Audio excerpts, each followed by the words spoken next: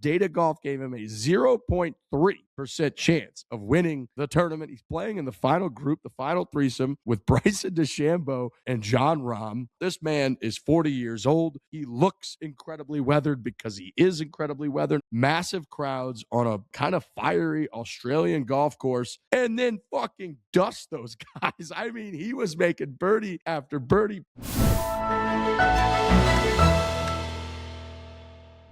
Big show today, everybody. There's a lot to talk about from the world of golf and the weekend in general. A lot. This is a fantastic show.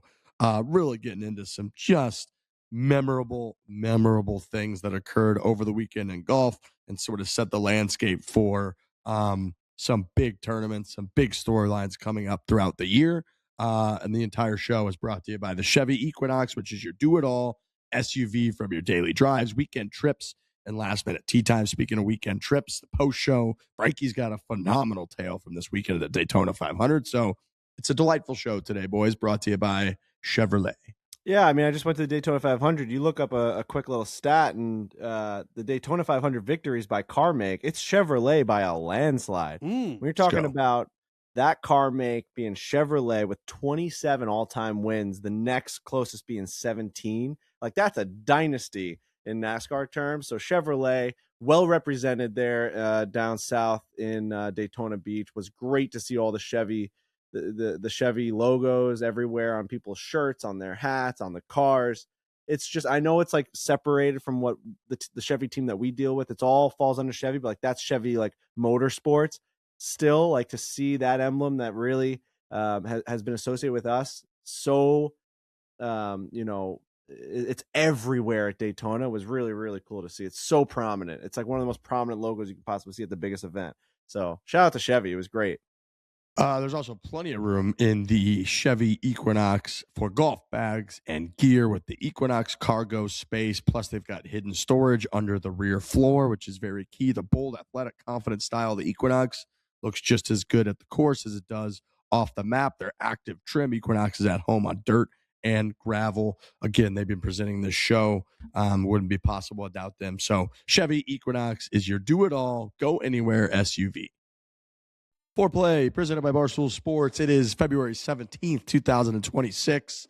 Gentlemen, we got a lot to talk about in the world of golf. Just really a hit you out of nowhere mid-February buzzing weekend in the world of golf. One of the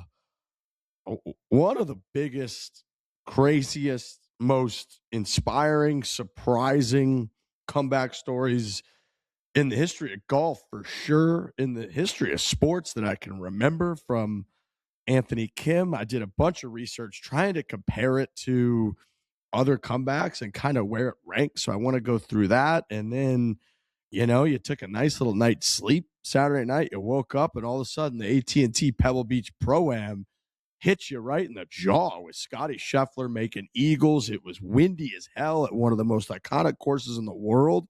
You had a leaderboard that was just star-studded like you wouldn't believe after watching the Anthony Kim situation at the biggest event on LIV, where he went up against the two biggest names on LIV. So kind of hit you out of nowhere. We got Frankie's coming back from the Daytona 500. So we got a ton to get to. I want to start today with a lot of the golf stuff, but kind of going to be an awesome show with a ton of stuff to talk about. Yeah, I mean, I think you got to start with the Anthony Kim stuff. Like, it's inspiring is the word that I would use, and I don't use that word lightly, and I don't think we should use that word lightly. But this was an incredibly inspiring story.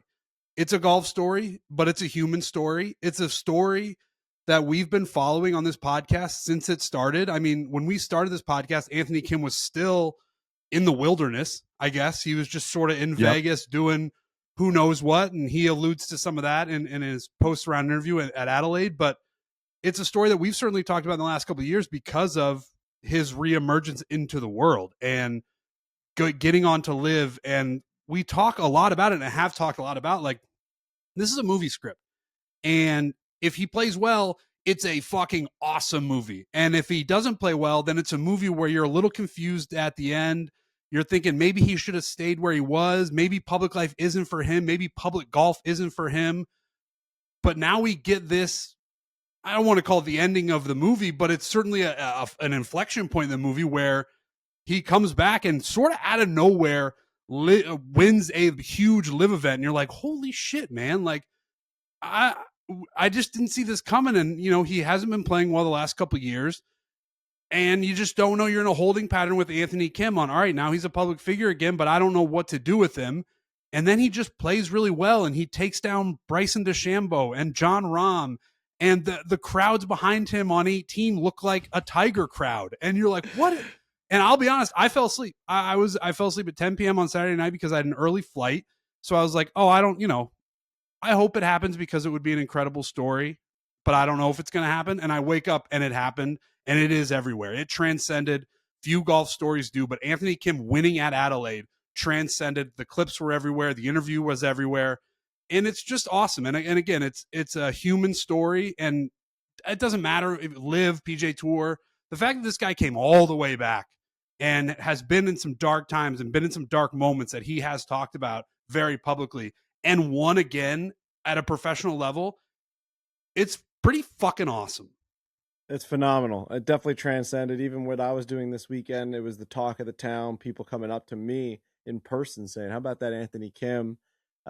It's one of the best stories that we've got going right now. We were super hyped up to see that he was coming back, that he was signing with LIV. We thought that was going to be kind of this spark plug in the game of golf that we needed, no matter where it came from. We've obviously been pretty harsh on LIV recently, but that's their biggest event, it seems, where the crowds are pouring in, and that's the one thing that they've always said, that they're going to stay true to themselves, that they're going to go global and they're going to bring international play, international golf to the main stage.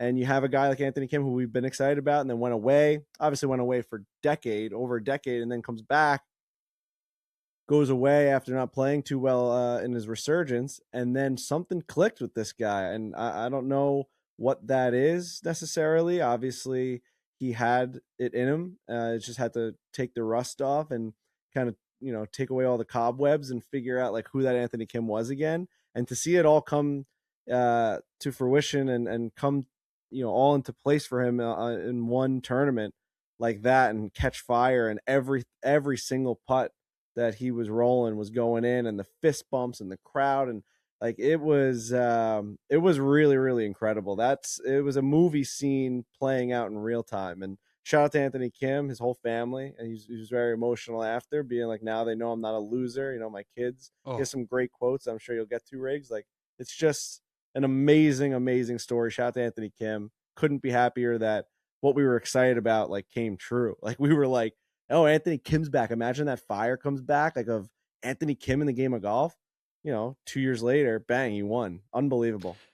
Yeah, hand up. I was not a believer. I could not have possibly been more wrong. I was 100% on the side of, once Anthony Kim came back, it was a little bit of a gimmick. It was a little bit of a PR play. It was like, we're going to bring this guy back. They were calling him Sasquatch in the world of golf, that like there were only a couple stories that had popped up of him emerging ever. There was like a cool story of one of his old college golf team, like getting a set of clubs sent to the course, and him taking him out of the wrappers and out of the plastic and beating every player on the college golf team over 9 holes. And then he wasn't heard of again for 10 years. When he came back from LIV, and I remember these conversations, we said, we're like, I think it's going to be really cool to see him again.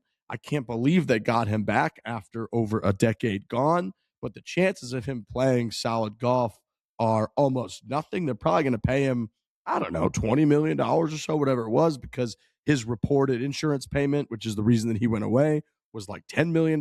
So in order for him to forfeit that or whatever, they must be giving him a good amount of money.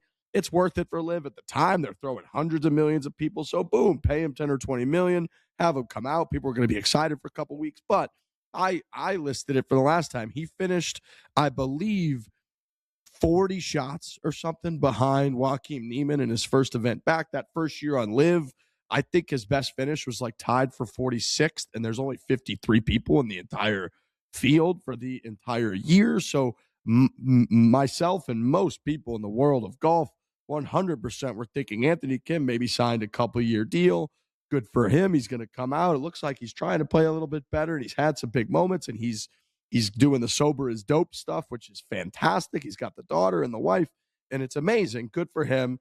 He lost his card at the end of last year. That was like a 2-year run on LIV. Cool. And then he went to LIV Promotions and barely got the 3rd spot. I didn't realize that they had expanded the field in what is the LIV Golf Q School from 2 spots to 3 spots this past, December, I think that was, or January, for the first time. So he gets the 3rd spot, goes out, has his best finish at LIV Golf Riyadh, which was, I think, 22nd or something along those lines, goes into the biggest event on LIV by far, which is LIV Golf Adelaide. Is their flagship event. They've got the watering hole. They got over 100,000 fans that come to that thing.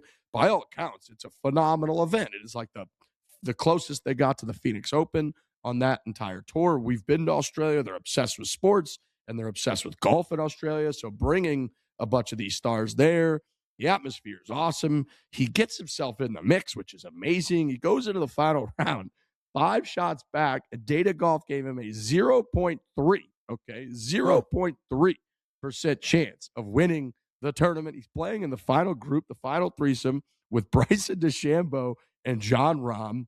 Objectively, 2 top 10 players in the world of golf. This man is 40 years old.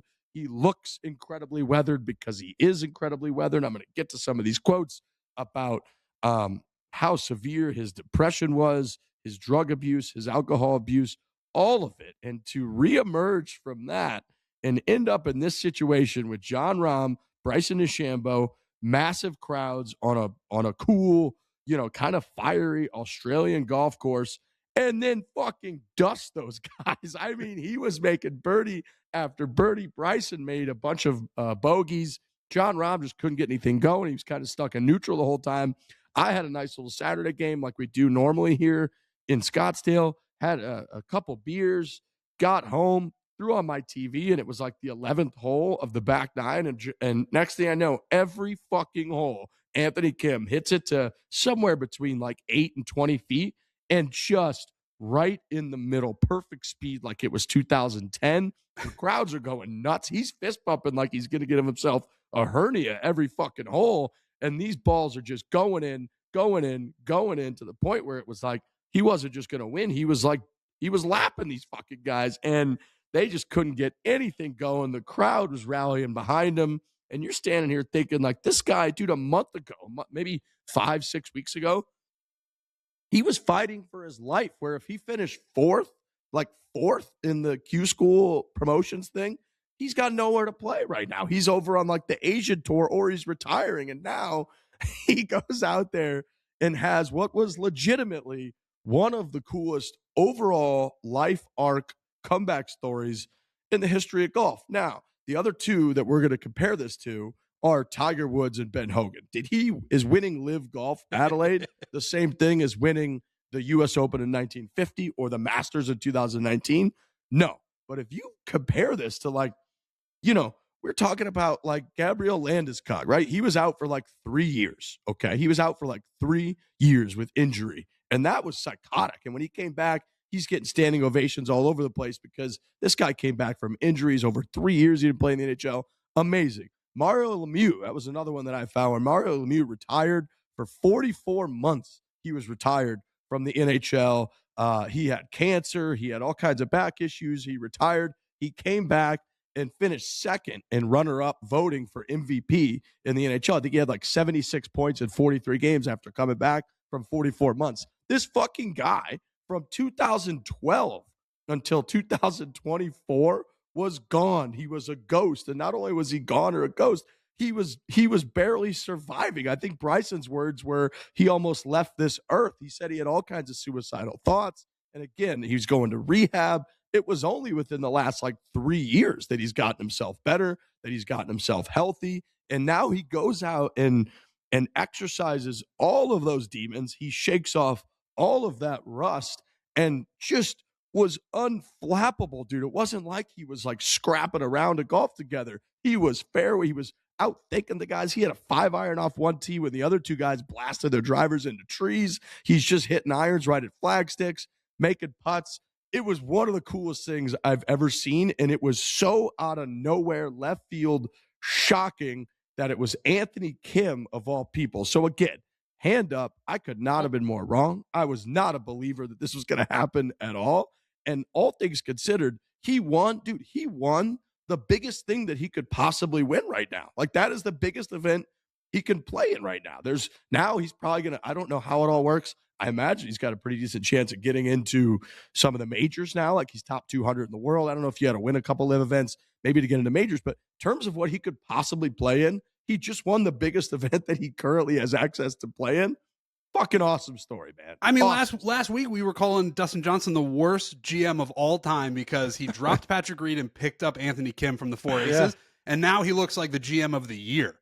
Is how good that move looked. I actually looked into the major thing. So he's 203rd in the world now, and as you know, the Masters goes, you got to be top 50 in the world, or you get a special invite that just like comes from the clouds. The gods deliver it to your door, and you get to play. Invite his ass, man. So, get his ass in there. PGA Championship is usually top 100 players in the world. So again, he's got to play well. There's like 2 or 3 more. I mean, there's a few more live events before these majors go, but like he's got to play pretty well. The U.S. Open and the Open Championship, I think, are the best chances that he has because within the last 2 years or so, I mean, well, first of all, the World Golf Rankings obviously helped him a ton, pushed him up way. But then there's these exemptions that they've put into place for the U.S. Open and the Open Championship that has something to do with the individual standings of live golfers. So if you're top 3 in those, then I think you get into the U.S. Open and the Open Championship. Now, right now, as it stands, Anthony Kim is number 2 in the live standing. So if he continues to play well, there's also something to do with players who are in that top 3 who are already exempt into those majors. Those guys don't count. So if you're top 3 live, say you're Bryson or John Rahm, if you're already in, then you're not part of the top 3. So Anthony Kim has a real chance to play in either the U.S. Open or the Open Championship this year, which would be fucking awesome. And I'm not sure how many points he got, but you got to think he went from 1 millionth to 200th. You know? It was like 870. Like 870 to 200. So yeah, if he finds himself on some sort of hot streak, if he putts even nearly as good as he just did this past week, it was awesome. He's going to find himself with a ton of points. I mean, you keep finishing top 10, top 5 until you got a decent amount of time until those majors. Really excited. You obviously, this guy has been ignited with a whole new passion and fire. Riggs, get some of those quotes because I mean, this guy's a pretty inspiring dude. Dude, he's an incredibly inspiring guy. I want to give a little bit more context to like where he was. I was reading a little bit of Brentley Romaine, who wrote a pretty good article on Golf Channel's website about it. He was like talking about what he was really like because, dude, this is when I was in college, okay, was when this guy was like doing the thing. He wrote, he ascended as high as 6th in the world, helping ignite U.S. teams to 2 Cup victories, including that Ryder Cup that was, I think, 2008, which was at Valhalla, where like Boo Weekley was on that team and they were like giddy up and all around the fairway and stuff.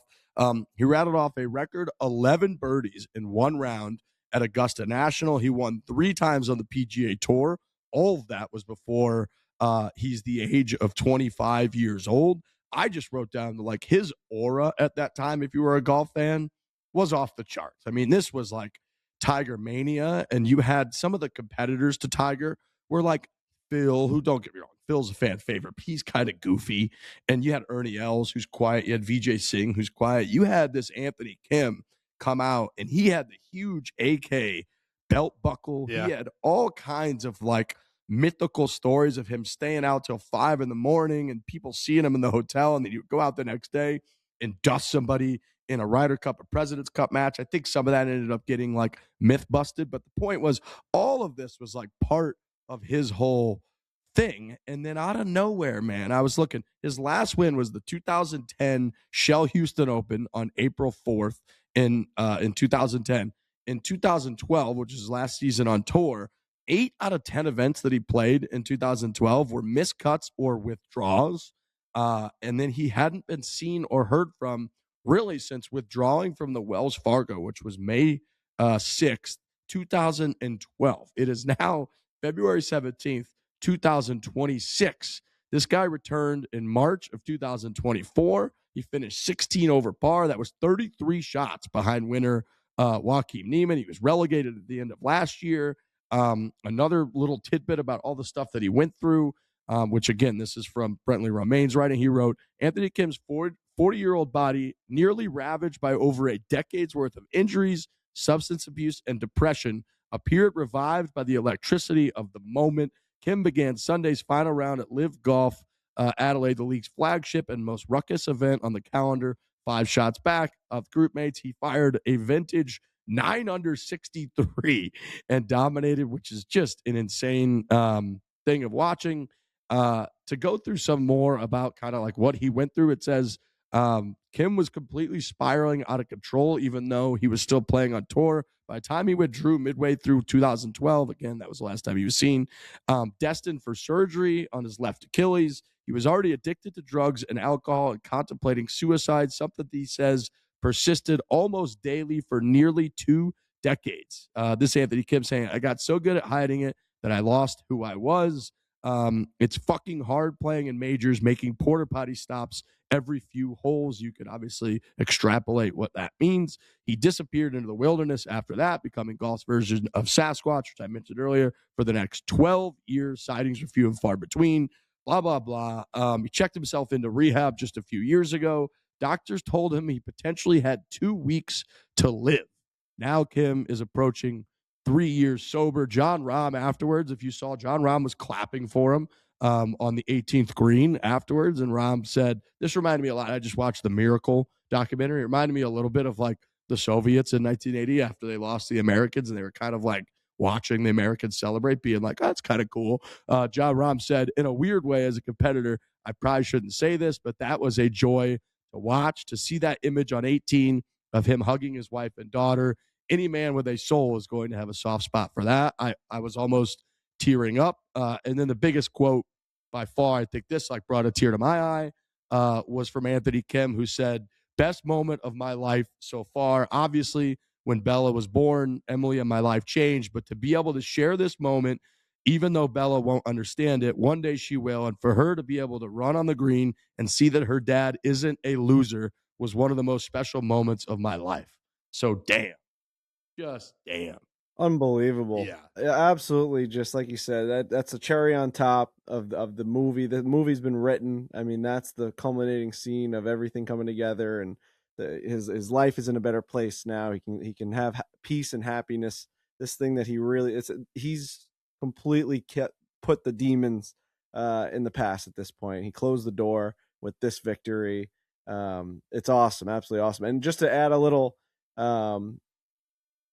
tidbit from my actually experience with Anthony Kim that I didn't know until I read a text message today from a kid that I went to high school with, was on my golf team.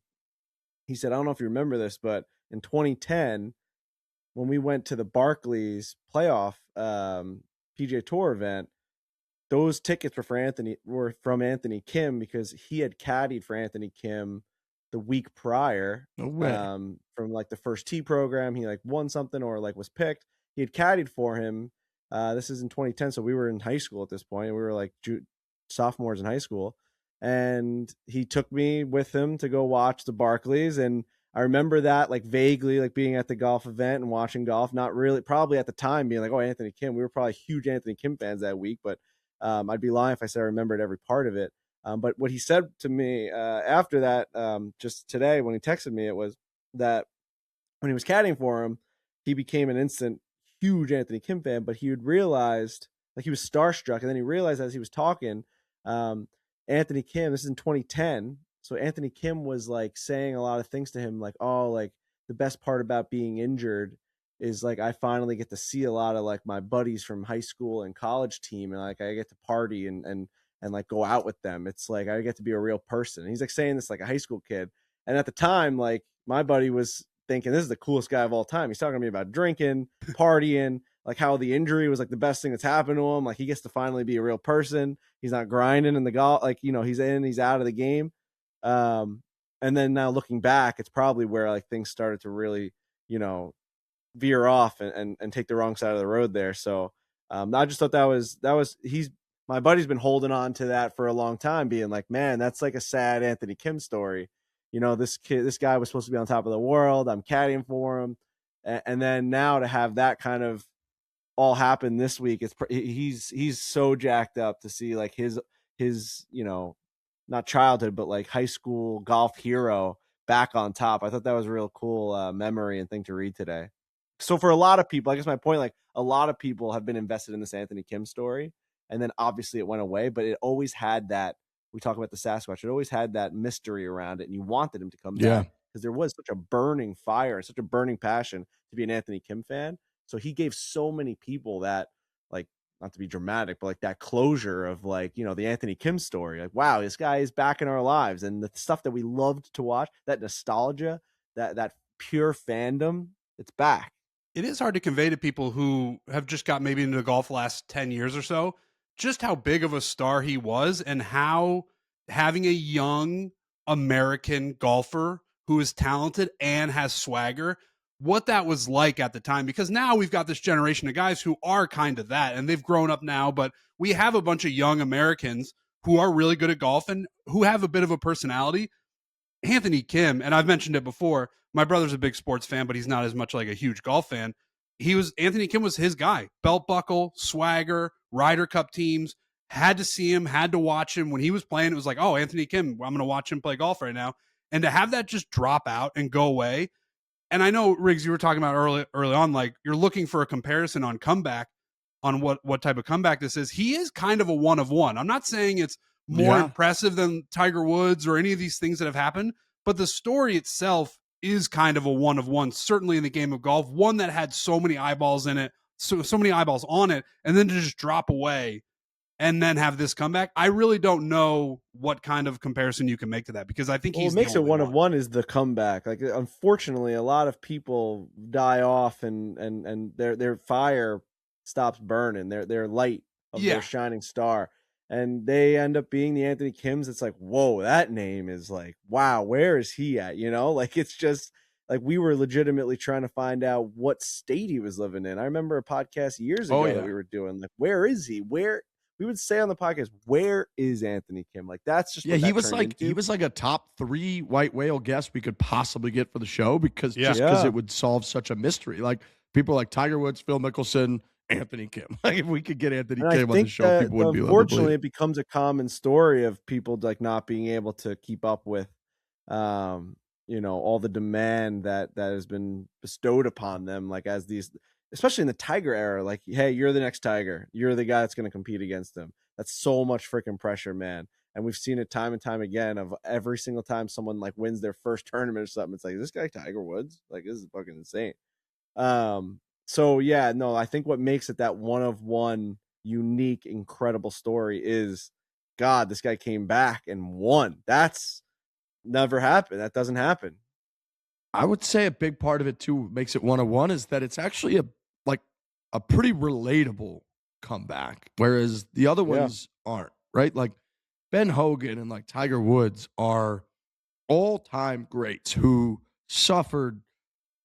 Ben Hogan, like a car accident that should have killed him. I wrote down a bunch of the facts and the tidbits from that, and then came back a year and a half later and won the U.S. Open and then won several more majors. But like all of that is on a level of like kind of unrelatable and untouchable. Same with Tiger, who like he went through a decade like you can't fucking believe with everything that went on in his entire life. Scandals, injuries, humiliation in front of the entire world, going from winning a major every damn week, it felt like, to like not winning for a decade, being humiliated in terms of his arrest videos going viral, mug shots going viral, injury after injury, and then reemerging from all of that. This one is like, dude, this guy went through depression, drug abuse, alcohol abuse that millions and millions and millions of people go through. He went through what felt like it wasn't a car accident. It was much more of like God, fuck this. I want to be a normal person. Oh God, I spiraled a little bit too much through all of that and barely survived throughout the entire thing. Had a daughter, has a wife that like really turned around his sort of like compass in life and inspired him to get sober, and then went on to win. Like you're saying, Frankie, it doesn't really work. It doesn't put a bow on it. It doesn't give us that finish unless he comes out and wins. If he has a solid week, it's not the same. He wins against two of the world's best. Like that type of comeback. And for how long he was gone, Tim, he's gone for over a decade, gone. And to come back, it's not like he was gone for a while and now he's 29 years old. He's going to fire it back up again. The guy's 40 years old, man. Like I'm almost going to be 40 years old. You know, there's the clip from Big Daddy where he's like, if I have a milkshake, my ass shakes for a week. It's like, that's sort of when you get to this age, you can't just come and snap back into reality. Shout out to Eminem, but you can't just snap back. It's like an insane grind that it takes to even become close to being able to play. Justin Rose's whole daily regimen was going viral this past week as a 45-year-old. Now, you know, apply that to Anthony Kim, whose body and mind and soul has been through so much over the last 15 years. And to reemerge from all that and not just, I mean, honestly, it was courageous even to be out there. He said, like, my first year on tour, I was just trying not to shank the ball, basically. Like, to reemerge from all of that. And not only is it would have been incredibly courageous to just play for a couple years. It would have been incredibly courageous and impressive to keep your card like he did last month in LIV Golf Promotions, to go out at their biggest event and beat Jon Rahm and Bryson DeChambeau playing alongside them with the crowds going nuts is unfathomable how sick it was. So I think it's one of the most inspiring things like we'll ever see in golf. I do think it's such a one of one. I think like the lows for him were so low that it makes this high, you know, like that gap between how low he was and how high this is, it makes it that much more powerful. And I just like every story I'm watching, every clip I'm seeing from him, all of the quotes, seeing how much all the other guys on LIV have come out and said, like, watching his journey is so inspirational. Seeing how many people from the world of golf, whether it was PGA Tour players, announcers, journalists, writers, podcasters, YouTubers, whoever, everyone just kind of chiming in and being like, that's fucking incredible, is very well deserved. Yeah, I just don't know that we'll ever get a story like it. It's insane. It does make you wish. I wish I had Anthony Kim in my life the last 15 years. Like, you know, you do. Yeah. Maybe he has to go through all of this, and you know, it is like this is a momentous moment for him, and it's like, wow, like he really did go through all this, and it's an incredibly courageous and inspiring story. And I wish that he was around for like the times where he wasn't. You know, it's like if he's still got this in him. And he does, clearly. He's clearly still good enough. Like, it's one thing to pull yourself out of something like that. And that's enough. Like, if you were just living as a normal human being and a normal dad and having a normal life, like, that would be incredible. We'd be like, wow, that's incredible to pull yourself out of that. To then still pour the golf on top of it and still be good enough to win an event like that against a field like that, there is, like, just a small part of you that goes, man, if he had just, like, stuck around and, like, kept his nose clean and done all the right things, what would his career actually look like? But this is still, that takes nothing away from what he accomplished over the weekend. Agreed. No, I 100%. And I do want to just to kind of put a bow on the full context of like some of these comebacks that we mentioned. I do want to just go through a couple of the stats on Tiger's. Dude, Tiger won the 2008 U.S. Open with a broken leg and a torn ACL.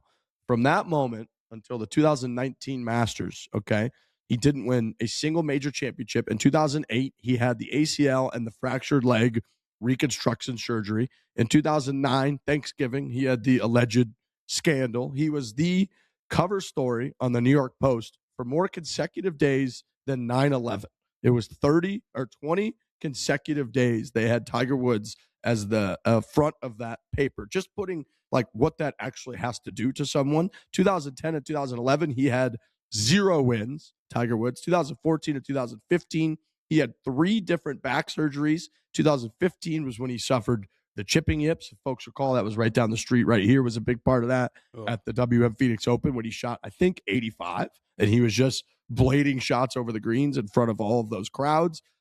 In April 2017, he had another back surgery. That was when he was heard whispering, and Nick Faldo said this, he was heard whispering to another Masters champion that I'm done. I won't play golf again. For him to go through all of that and then over a decade later won the 2019 Masters. Obviously, we were insanely excited. We were front and center. We were championing that whole thing. But when you really remember the entire journey that he went through to getting to that moment where he was triumphant and won the 2019 Masters, and then if he has another comeback, it'll be insane because since then he has driven his car off a cliff and nearly killed himself, it feels like, a few times. So he's been through quite a lot. And then Ben Hogan's in 1950. I was combing through a bunch of the details of this. He had a near fatal February 1949 head-on collision with a Greyhound bus. He threw himself in front of his wife on impact to save and protect her, which he did.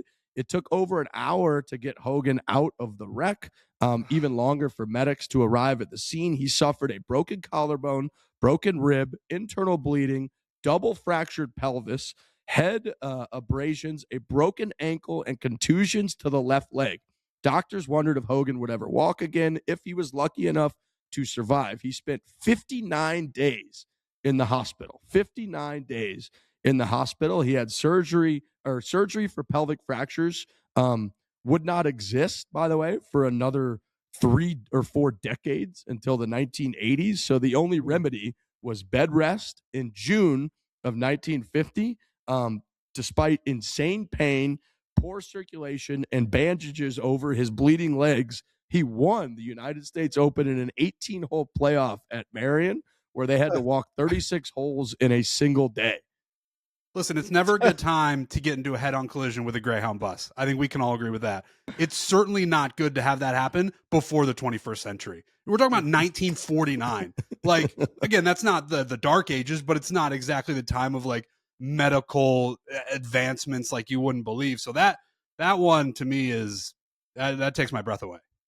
That is an insane story. I mean, I've always heard about the crash and then he came back, but when you really break it down as to what he went through, not enough publicity on Mr. Ben Hogan's incredible comeback. Dude, his was nuts. He would go on after that. He won 5 more majors after that. So he won 6 majors total between the years of 1950 and 1953, including the Hogan Slam, which he won the Masters, the U.S. Open, and the Open Championship in the same year.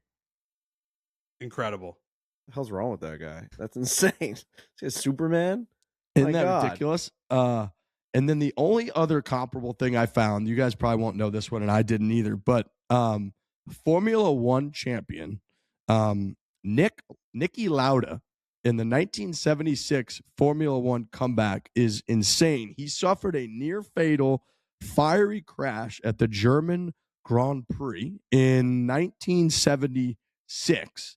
Then, despite severe burns, lung damage, and receiving his last rites in the hospital because they thought he was dead, Lauda returned less than 6 weeks later with blood still seeping from under the bandages of his head that he was wearing to finish 4th at the Italian Grand Prix at Monza and barely lost the 76 title. But the following year, he came back in 1977 and won the Formula One World Championship. How insane is that? Did they make a movie about that? Yeah, I just looked up. Yeah, because I think I've seen it. I've definitely seen it. It's Rush. Yes. Oh, I haven't seen Rush.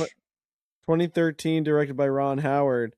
Lauda is played by Daniel Bruhl, and James Hunt, a British playboy, is played by Chris Hemsworth. Riggs, I actually think you would love that movie. That's a very good movie. I got to check out that movie.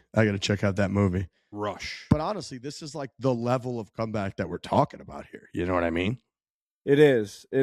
He definitely, the story definitely benefits for it being where it was, because like it would have been a shame had it happened at one of the ones that was getting like 28,000 viewers, no one in the stands. Like this was, I mean, you can print that photo of him on 18 with that sea of people. Sick. You can make that into a mural. Like that is one of the best golf photos in recent memory. So that's, it all came together, and I'm very, very happy for him, and it's good for golf.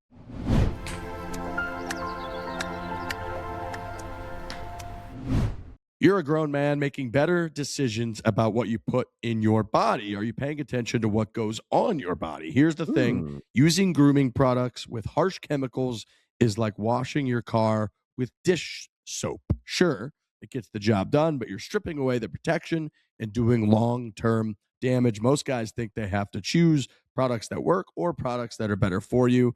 Everyman Jack says that is BS. Their clean, naturally derived formulas have none of the garbage the other guys use. No parabens, no dyes, no shortcuts, and they're incredibly effective. Gentlemen, I got a box of this stuff about a week ago, from the shampoo, the deodorant.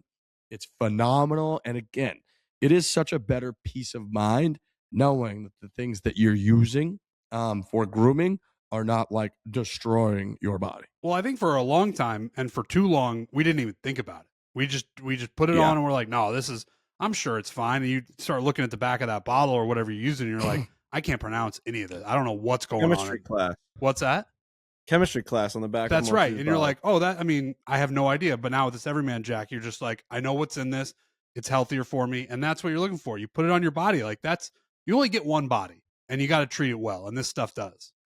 Yeah. And honestly, having a baby and seeing all this stuff, like how safe you have to be with stuff that goes on his body and like all the shampoos and all that stuff, it makes you think like, why don't we take it this seriously for our stuff? And it's all the stuff that Everyman. Oh, we almost lost him. Everyman Jack, man, a little tickle in the back of my throat. It's the same stuff that Everyman Jack is saying that they take out of theirs. It's like you really need to make sure that you don't have the parabens, you don't have the dyes, you don't have these things that can take the paint off of cars. Some of these ridiculous gels and lotions and stuff that you'll put on your body. You have no idea what you're putting on. Make sure you're trusting a company like Everyman Jack, because they are, if that's the thing that they're leading with, you know that it's healthy, it's clean, and it's the stuff that you want to be putting on your body. Their coconut-based body wash cleans while hydrating. Their new 48-hour antiperspirant has unbelievable glide and staying power. Everyman Jack, clean, effective, made for men. What more could you want? Start your new routine and find Everyman Jack at Walmart, Target, Amazon, Kroger, or wherever men's personal care products are sold.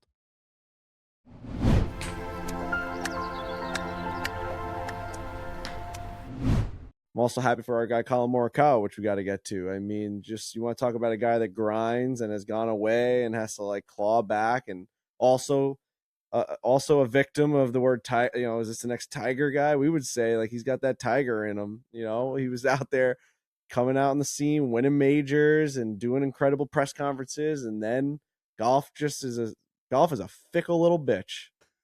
It is. It's the worst. How about Morikawa won 2 of his first 7 majors that he played in? How nuts is that? And it was during COVID, right? The second one? Yeah. First one. Oh, first one was the TPC Harding Park. Yeah. When he like driving the green. Yep, on 16, I think it is, at Harding Park. And then the next one was the Open when he went toe-to-toe with Spieth. Remember that? He was like, him and Spieth were battling down the stretch. Incredible. That's right. Collin Morikawa, man, what? So I kind of wrote down here just to talk about too and remind folks like the day that we had with him in, what was that, November, I guess is when that was. Mm-hmm. Maybe December. I think it was probably November. But when we went out to Vegas with them and we talked about it a little bit of the podcast, but there's a it's like a media commitment for him in theory, and he's kind of got a hard out. And you could kind of mail it in, you could check the boxes, whatever. We played the full scramble against him for 18 holes. It came down to him literally birdieing 17 and 18 to tie us, which was devastating. And there was logistically no way to really do a playoff, so we tied.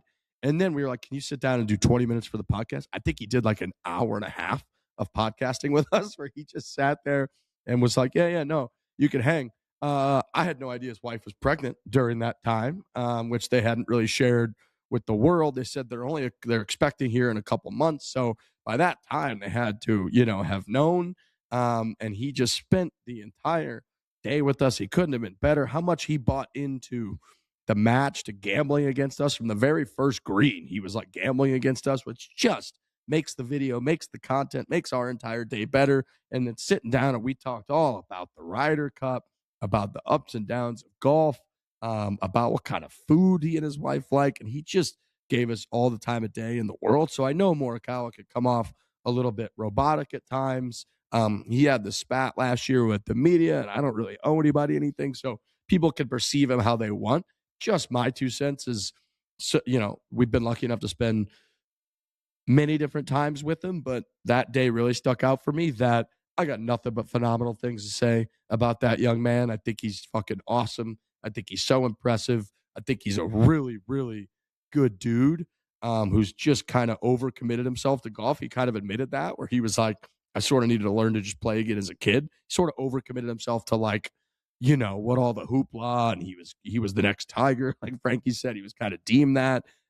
Man, to see him come out, shoot 10 under, I think is what he shot on Saturday, and then have that phenomenal final round, making that birdie on the 72nd hole after waiting for, I think we're still waiting for Jacob Bridgeman to finish as the 18th hole. But that was so awesome. So yeah, I love Collin. He's always been amazing with us. And that almost brought another tear to my eye too, watching him win that tournament. That was awesome. Yeah, he just made an incredible impression on us the second we met him, and it stayed that way for years upon years. Obviously, we have a great relationship with him through TaylorMade, and he's been in a bunch of our videos and has always been a side character in a lot of our biggest videos, including the Tiger Woods ones or Scottie Scheffler videos or Rory McIlroy. It seems like Collin was always there, chirping us or getting us ready for some sort of big moment, like saying that we were going to mess up. He's just got that humor to him, and he just seems like one of the guys, and he's really made us feel comfortable in those situations as well. So he made an impression on us. My dad, he spent that whole day with my dad, completely just so nice to him. And my dad thinks he's Collin Morikawa's best friend now. I think he thinks it's his trophy at Pebble Beach as much as it is Collin's, because when you spend a day like that with someone, especially a professional athlete, you see such a different side of them that you feel like now you really are best friends with them. So, and that happened with me with hockey players and everything. You now feel like you're a part of their success story.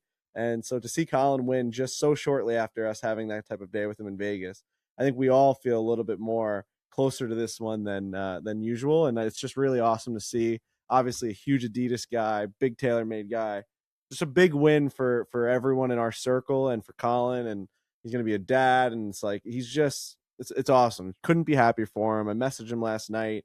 He gets right back to you even after winning at Pebble Beach. It's you cannot stress enough how good of a guy he is. So couldn't be happier. And he played his balls off. And we can get to that thing after Trent kind of gives his piece here. But to have to get legitimately iced like that at the end, that is not an easy task. No, that's what I was going to get into as well. I mean, I echo all the things you guys said about Collin Morikawa. I think I said it in the video that we shot with him, where I said at some point on this plane ride home tonight, I'm going to think that I'm Collin Morikawa's best friend, because he is one of those guys. He's very personable. He's very nice. He seems to like us for whatever reason, and we just get along great with him. But yeah, that 18th hole, the scene at Pebble Beach with Jacob Bridgeman and Collin just standing and walking around, and just at one point just standing with his hands on his hips looking out into the ocean, and there was still really no solution in sight for Jacob Bridgeman. He was on the beach, and then he was on the beach again, and then he was in the fairway, and then his ball wouldn't stay still on the green. The shit was a nightmare, and I felt for Jacob It was like Bridgeman. the dream. It was like our recurring dream that we talk about. That's what it felt like. That is so true. I didn't even think about that. Jacob Bridgeman just couldn't. He was, obviously played really well. He was in a position to, at one point, win the golf tournament, or at least, if he made an eagle, I think on 18, he would have been at 21 under, which almost could have gotten him into a playoff if Collin had just parred 18. And then, yeah, the 18th hole, the 72nd hole, was a dream for him. And I can't even imagine how he was feeling standing on that beach, knowing that Collin Morikawa is just waiting for you, and he just couldn't figure it out. And I really felt bad for him. I did. The waves crashing behind you, the cold sand. You're in a scene and a location that you shouldn't be during a golf tournament. It's probably felt all surreal to him. This has sparked quite the debate on social media in terms of should he be allowed to get that much time? Should he not? What actually goes into all of that? A lot of people coming to the defense. If anyone was saying, obviously the internet's the worst place in the world, but if you were saying, God, this guy's gonna get off the green, this guy's gotta get off the golf hole, everyone else is saying, well, he's playing for the difference in $100,000. If someone told you you can make this go up and down, or if you make a 5, you win 100. If you make a 6, you make only 80. Or if you make there's a lot of money on the line for these guys, and I get it. And you're going to take as much time in the world that they're going to allow you, and a lot for you to be able to do that. It's just hard when you're the viewer and you have the perspective of the whole tournament, and you know that there's a guy on the 18th tee box, and you know that there's a guy just waiting to get his round finished.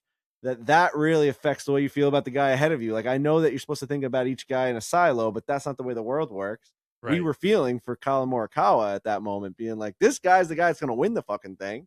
And he deserves to hit a golf ball more frequently than one every 30 minutes. That is so difficult. For you to not hit your last ball for over like a half an hour, can you imagine how bad we would be if golf was that slow for us? Like, it's all about rhythm and being an athlete and like finding that zone of like, all right, I remember what that just felt like. Like now I know what my tempo is. Dude, 30 minutes go by.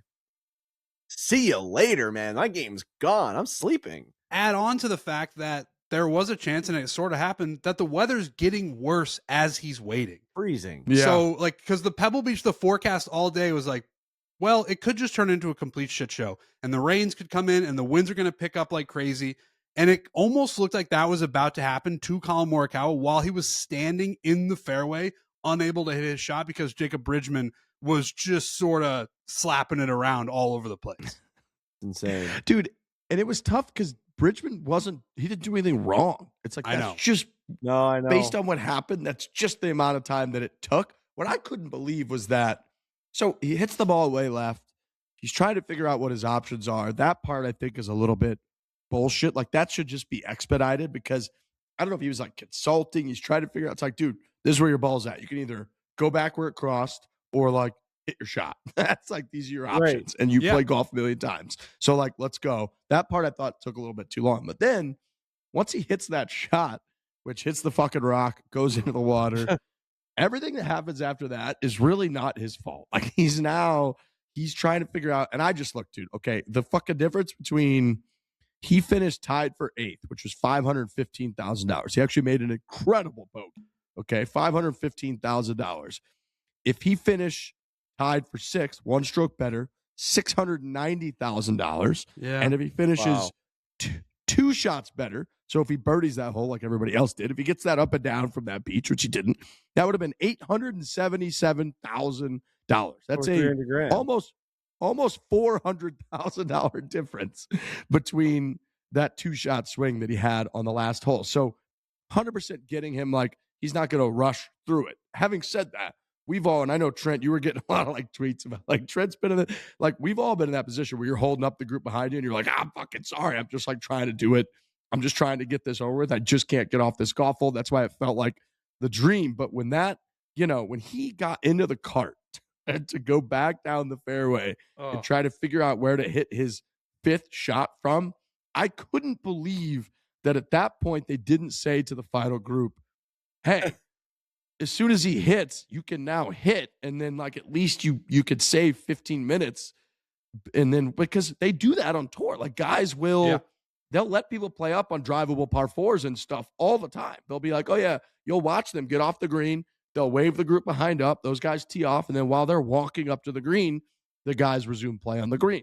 I can't believe that wasn't done in that environment. And then after that wasn't done, the fucking wind kept blowing his ball off the spot. And you could tell he was like, no, I'm trying it. But like, oh, dude, that was a dream. Oh, it was anxiety. I was like spinning around in circles watching that. I was so uncomfortable. I was like, this guy's got to get this ball on the fucking ground, dude. No, yeah, I made the joke. I was like, at some point, you have to leave and get off the hole. Like, at some point, the future has to happen, and you are off the hole. And of course, like you said, the internet's the worst. I was making a joke. People were like, well, we've watched you camp out on golf holes, 17 at Sawgrass in particular, where you were just hitting shot after shot after shot. So I get it. And when you're out there just playing, you have the option to put the ball in your pocket and just walk off the hole. Jacob Bridgeman did not have that. I also, I would say, Collin Morikawa's 9th hole, I went on the DraftKings Sportsbook and put money on him.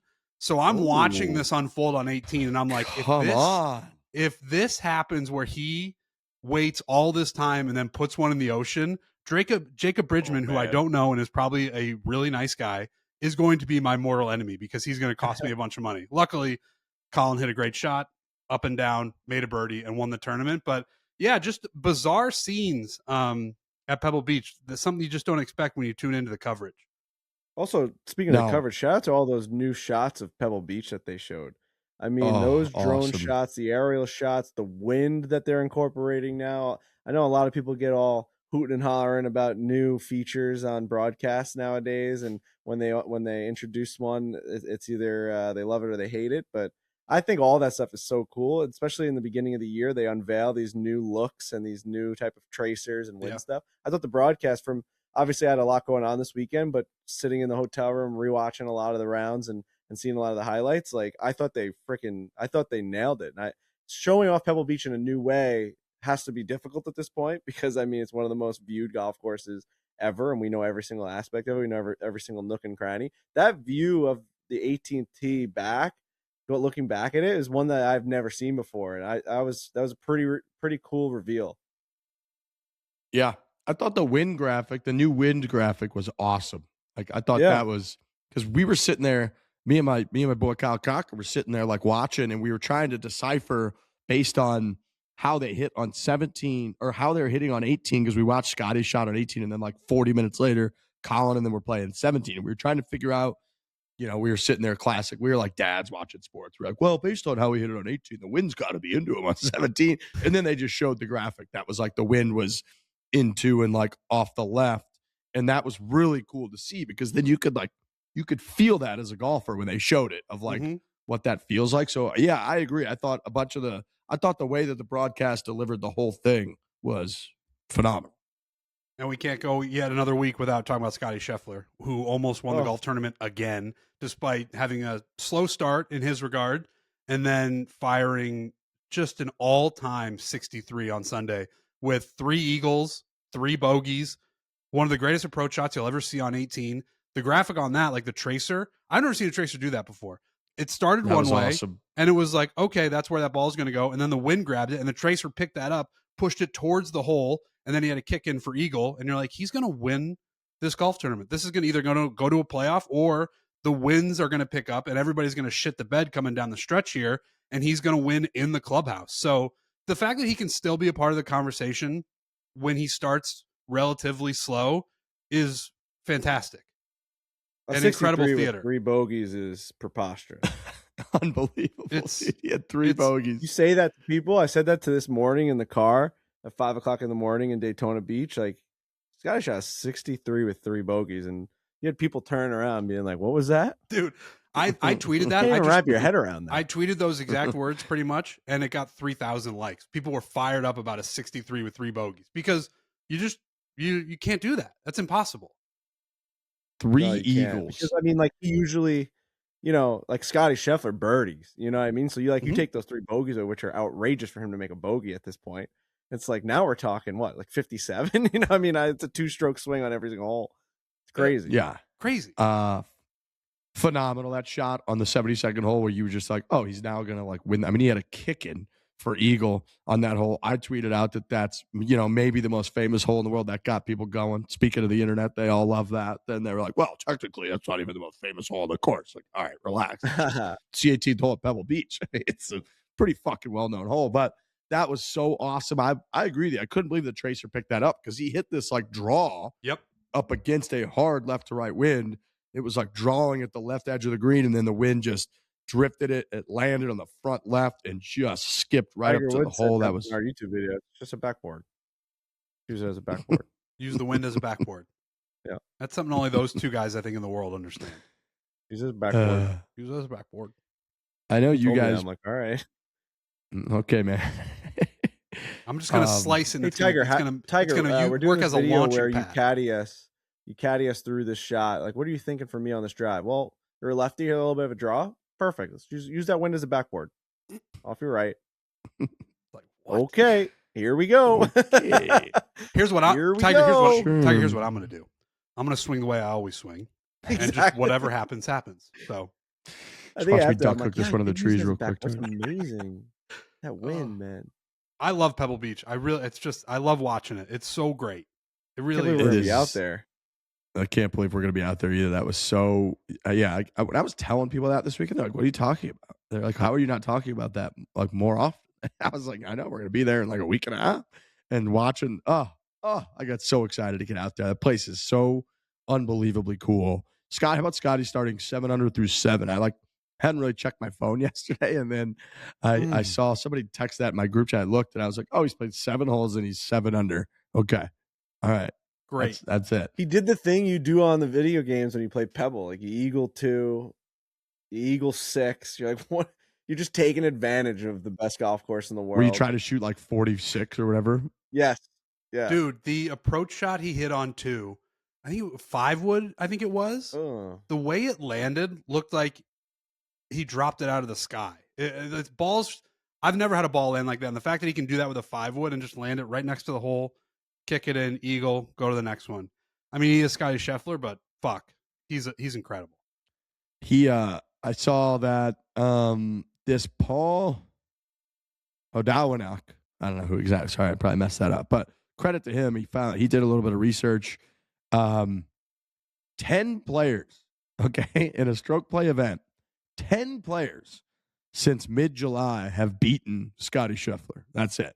Collin Morikawa, Sepp Straka, Minwoo Lee, Chris Gotterup, Hideki Matsuyama, Tommy Fleetwood, Russell Henley, Patrick Cantlay, Justin Rose, JJ Spawn. Those are the only players since mid-July who have defeated Scottie Scheffler in a stroke play event. Oh my God. Did you not say, you didn't say Rory McIlroy? Nope. Dude, that's the craziest thing I've ever heard. Only 10 unique people have finished ahead of him since mid-July. Yep. And it says this.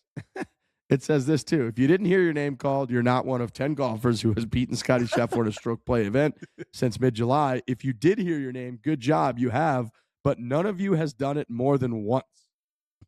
Yeah. So, how That's insane crazy. is that stat? What's his worst finish since what's his worst finish in his, I don't know. Can we just like pull up, what's Scottie Scheffler's worst finish been? When's the last time he finished out of the top 10? So Scottie Scheffler's last so this year he's gone first, tied for third, tied for fourth. He finished last year.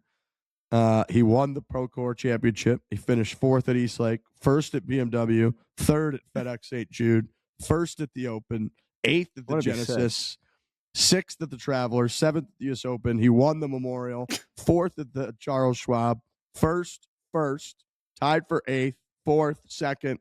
Oh, I finished tied for 20th at the Players Championship last year. Oh. It's been since the Players of last year? Yep. Well, we're going on a full this year. This guy's demented, man. Right. We talk about all the winning, and there's a lot of winning. But the fact that he just is always right there in the top 10, top 8, top 7, top 3, it's hard to wrap your head around. Because, brother, you're playing the golf course. You know how hard it is? Like, you have we say it all the time, you have there's nothing you can do can factor into the other people just being better than you that week. There's no defense. Yeah. Absolutely, you have no defense. So, like, to go a year without 10 more guys just playing that course better than you for 4 days is mind numbing. If you think about it, it's lucky at some point. I mean, I know he's unbelievable. Like, I'm just like, these are the best golfers in the world. Like, they can, no matter how it's hard to wrap it's a numbers thing. It's like, it doesn't make sense to me. He's that good that no matter how he plays, you eliminate everyone else that's playing that same golf course as you to potentially play it better than you did. That's fucking outrageous. It's also golf's impossible, and it's so easy to go out there and just suck for a few days, a few weeks, and he's even done it one day a couple times in a row now. He had a bad first round in Phoenix. Yep. He had a bad first round at Pebble, and he still finishes. He almost wins the tournament. He lights the world on fire once he has a bad two shots. Round. He finished 2 shots behind this week and 1 shot out of the playoff last week. So it's like, if he could have just been 3 strokes better, he would just have won. He would have won these 2 tournaments. He's posting 72s, which are like, makes him want to freaking puke when he's doing that. Like, oh man, right? If you eliminate the first round for everybody, he wins these tournaments. Oh my by God, 100. by you know what I'm saying? You know what I mean? If like, this was the LIV event, well, not anymore. But if he LIV event, you hear these stats sometimes. I don't know, like UConn women's basketball is like every team they played, they won because they're bigger, stronger, and they have better players. I get that. I can like wrap my head around that. I'm better than you. You can't even. I'm just bigger and taller and stronger. You can't. I'm Lurch. I'm just like, forget about it. You're not getting this ball to the hoop. Even if I'm the best damn shooter in the world, if I just can't get it past you, like golf is just like, all right, I'm gonna go make this par, and you just like you're gonna go play this course too. I don't know what you're gonna do in 4 hours. I have no idea what you're gonna do in 4 hours. Is it gonna be better than my number? I don't know. It's like he just keeps being better than everyone else. Golf, it doesn't make any sense. It's not a sport you can dominate because there's no defense. No. It's fucking crazy, man. Like, how is this guy this good? That means you have to be so astronomically better. So astronomically better. Don't you think there is an argument that makes it somewhat, the word is not easier, but you are just sort of playing and you're like, I get whatever, I just do it. I just do it. I don't have to worry about anything else. I guess like the devil's advocate of it is like no one's playing defense on him, but I'm just more saying like to always find yourself in the same position where you're never out of the top 10. When you're talking about the best players in the world, that you're going to have 120 golfers playing the same golf course. You're telling me like without playing any defense on them, like every week you play golf, not 11 more guys out there just played better than you that week, like without you having any impact on their round. That's fucking outrageous to me. I mean, every other golf tour in the world is operating in that way, where it's not a guy isn't winning every single week. It's just different people win. So yeah, it's him, and it's hard to like fathom the whole thing. I didn't understand that this one tweet that went viral last week where it was like the difference between where Scottie is to Rory in world ranking points is the same as like Rory to us, which does that just mean like Rory to the last guy, like whoever could find themselves on the list? That's fucking crazy. Yep. That means Rory. It was like Rory's closer to Trent Ryan in world ranking points than he is Scottie. Yeah. Yeah, that's closer to 0 than he is to Scottie. 0, right? That's like if you have I mean, how many negative points could we have in the world ranking? Right. I gotta have a couple, but yeah, no, he's fucking crazy, man. It's golf is just on fire right now. So good for the game. Good for us at the end of the day.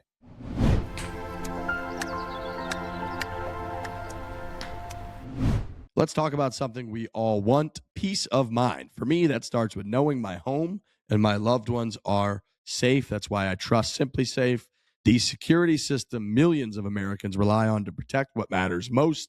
I've had this in North Carolina for 4 or 5 years now, I guess that it's been. As a person that's not particularly handy, I'm not good at setting stuff up, all that.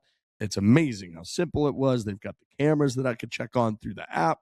And this month, I'm excited to share an exclusive offer with you guys. That's 50% off a new Simply Safe system when you order today. Again, that is 50% off a new Simply Safe system. Make sure you go to simplysafe.com/foreplay. But Frankie, I know you've been using Simply Safe for a long time as well. I've been using it for a real long time. It's been unbelievably simple setting it all up. And you look at the news nowadays, and there's a lot of stuff going around with these, like, people not having cameras outside of their houses or people having them, and it's become a real talking point in culture right now. And you realize like you got to go out there and you got to strategically place these things around and keep yourself safe. This is like what law enforcement needs to be able to like see what's going on. Like you got to be able to say like, I know what's going on outside my house. I'm having it recorded, the whole entire deal. So I take it very seriously. I've got them all over my house.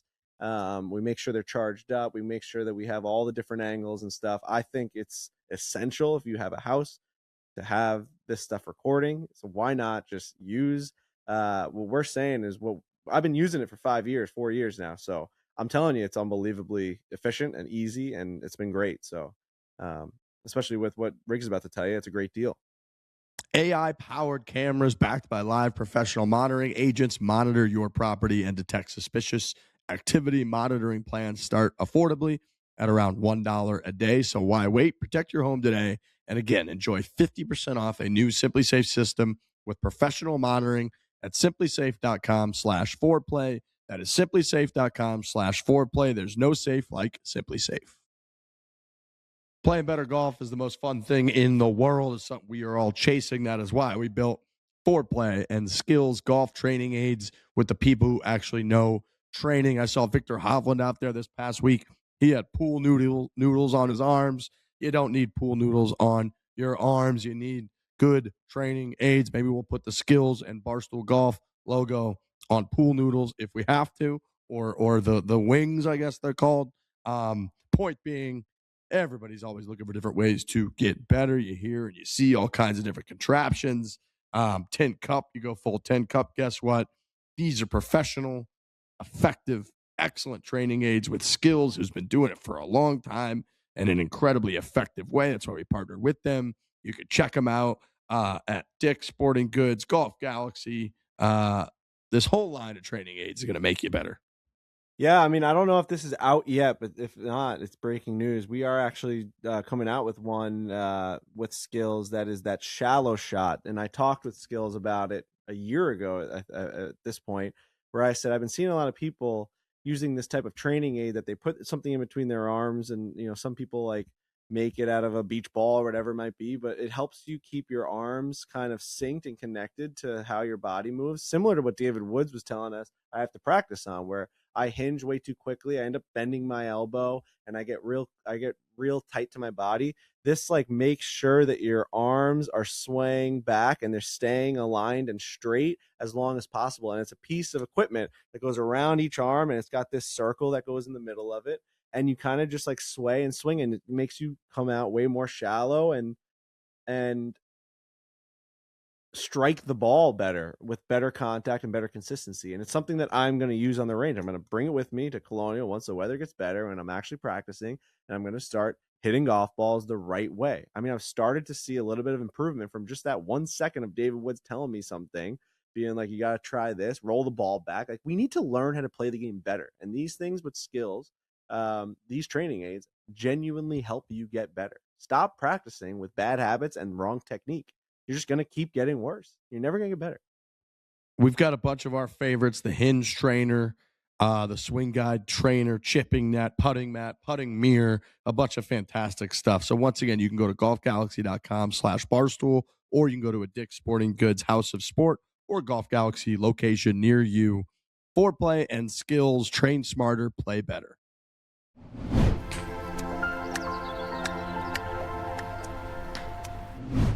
I love Tommy Fleetwood rocking Pebble Beach merchandise out there, going to the pro shop, just getting all the hats, the gear. He's the number 2 player in the world, no?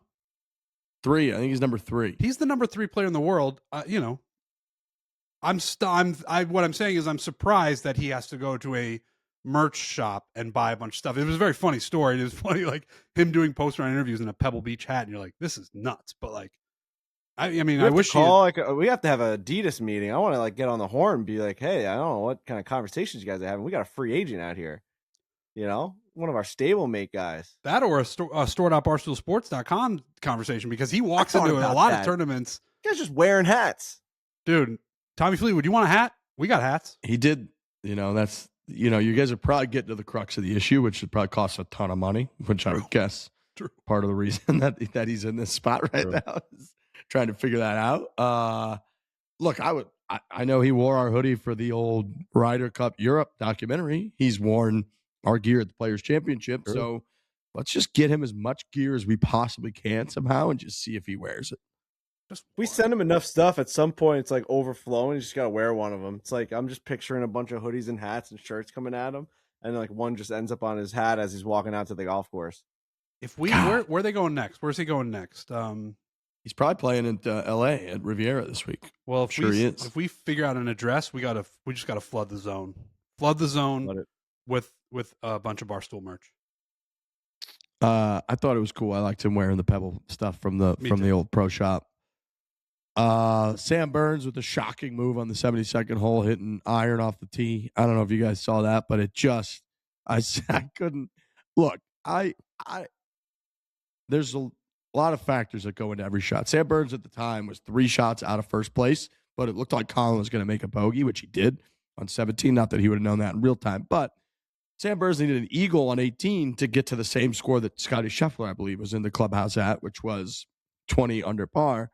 Everybody's kind of like sending driver left of past the tree in the middle of fairway on 18 and then hitting it up near on the green or left of the beach like Bridgeman on the 72nd hole. And Sam Burns pulls an iron and like hits it into the bunker, lays up, doesn't make birdie. I was looking it up like, Sam Burns is 37th in strokes gained off the tee this year. So it's not like he's got like the driver yips, and the wind, all day was sort of helping and off the left, which is why, you saw Collin hit 4-iron into that hole. Scottie hit some kind of iron into that hole. And then our boy Sam Burns, who I love to death, hit iron off the tee. I just couldn't believe it. I was blown away when I saw that. I don't know why he did it. I would love if Sam Burns is out there listening to tweet at us or to maybe call into the next show. And I want to hear about the shot because I'm sure there was a good reason. It just blew me away, so I had to make a comment on that.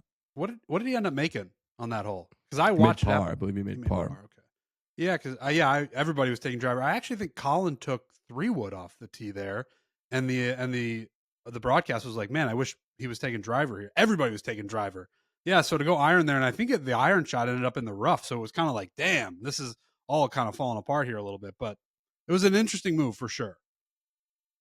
Yeah, it was surprising. Shout out Jake Knapp.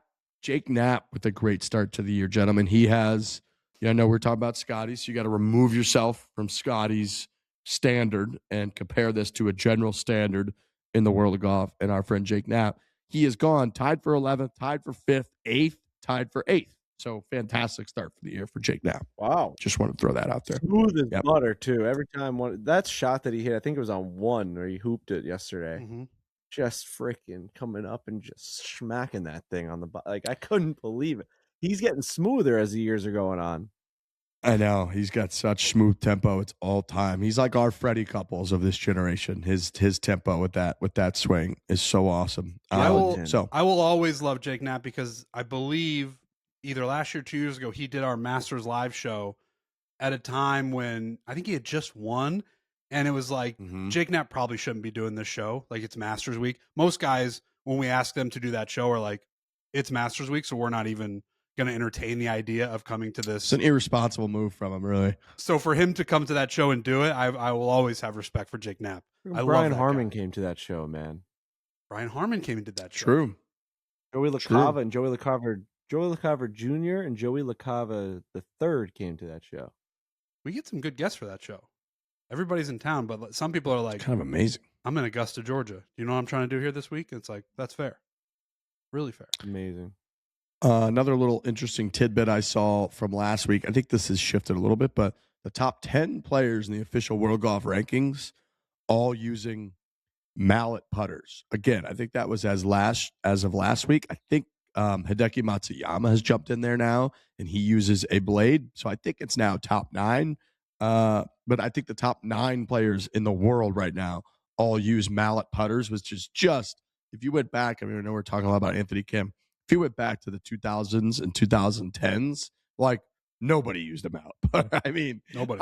Nobody. And so I thought that was an interesting little tidbit. Who was the guy? It was Jason Day, right? That's who really got it going. He did with that red TaylorMade Spider that he had when he was winning in 2015. Yep. And it felt like when he would stand over anything inside of like 10 feet, it was like a 0.0% chance he could miss with that putter. I remember. How long has Rory been using it? Because I can't even picture a time when Rory wasn't using a mallet. Like, I don't even know what that looked like. He used to use that old school Scottie, like in his 2011, 2012 run when he was winning those majors. He had like that blade, but it's been long enough now that he was the one that like chirped Scottie a couple years ago, and Scottie switched to the mallet, so yeah, I mean they're all rocking it. The Spider continues to be a dominant putter. I think there was a cool little story about how Kurt Kitayama in their Vegas game was using the putter that Collin Morikawa ended up taking it during their round and being like, I'm going to try this out, made everything, and that's the putter that he won the tournament with, the exact putter. This past weekend. So cool little story there about the old Spider from Collin. The last thing I got before we get to a little post show, last thing I got on the golf front is this video. So this LIV Golf video about being the 5th major. Did you guys watch this video? No. I did. I want you to I want Ryan Richard to pull this video up, and I want you to watch this video and just give me your instinct on, just let me know what you think about this video, Trent, after you watch this. Well, all anyone in the world of golf is talking about at the moment is when LIV Golf Adelaide will be confirmed as the 5th major championship. David, what's your view? Well, it's about the strength of the field. We have gone from 54 to 57 players. I mean, a gargantuan leap. And it's obviously now the deepest field in championship golf. What about the quality of patrons? Well, you know, the patrons here are, apart from maybe the waste management, you know, maybe the classiest in the game. And of course, David, there are few prizes more coveted in world sport than a victory shoey. Yeah, I mean, Arlo, seriously, who wants to drink claret from a jug when you can swill a beer from a golf shoe with just a hint of bunion in it? That ought to do it, right? Huh? I should take that seriously. I think that's maybe the most obvious satirical video in the history of the world. I mean, actually, they started fun of, off how much of a joke LIV is. It's like crazy. It's like they're.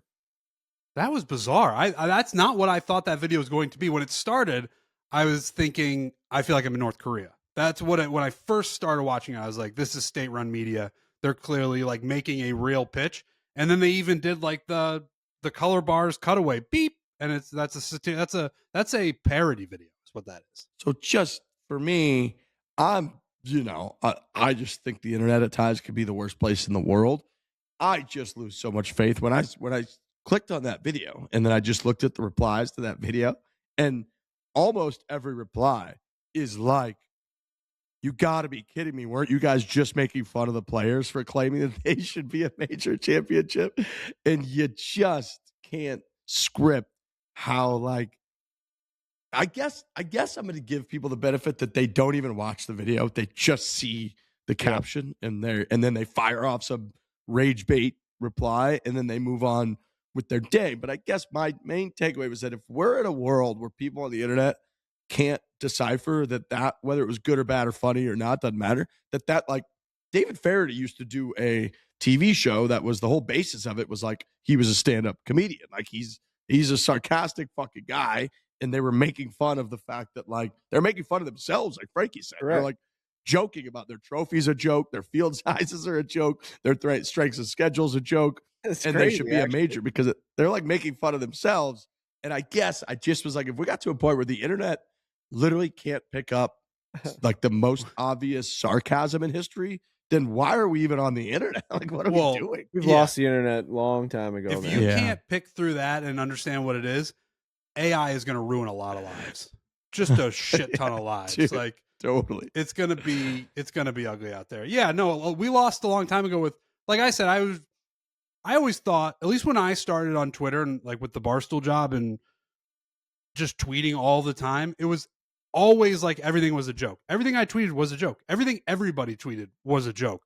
Those days are over, and they've been over for a long time. Where now when I tweet something about Jacob Bridgeman that's like meant to be funny, people are like, what did you say? And what did you mean by it? And it's like, holy shit. Taking money out of this guy's pocket right now. Right. That's fucking crazy. That's man. the point you were making where it's like, I want this guy off the hole is the joke that I was making. Like, come on, man. We need Collin Morikawa to finish. Enough. And people are like, you're saying, why are you trying to cost this guy money? It's like, I'm not, dude.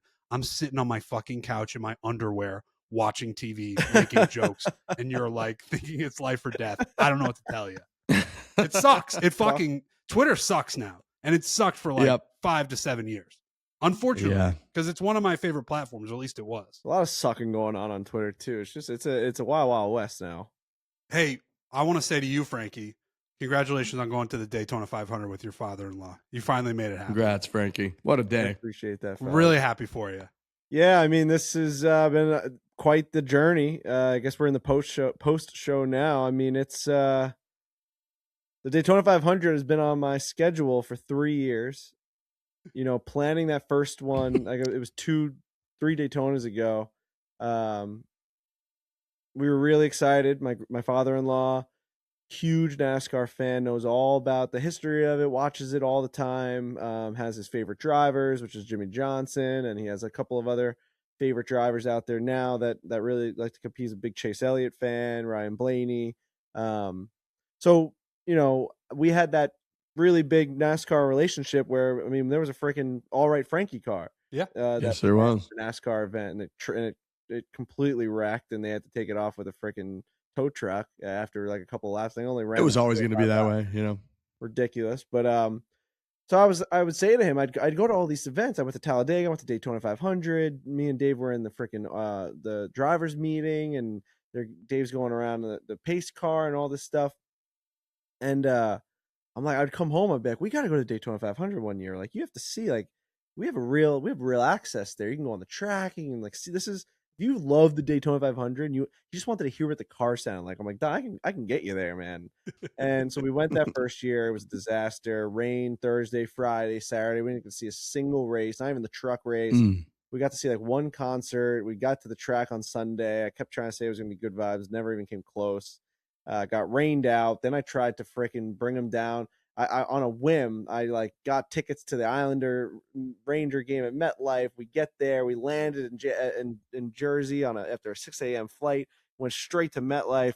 Went there. He was wearing a Rangers jersey because he was going for an Islander Ranger game, and we happened to be sitting in the Islander suite, and they basically kicked him out. They were like, "You can't be wearing that."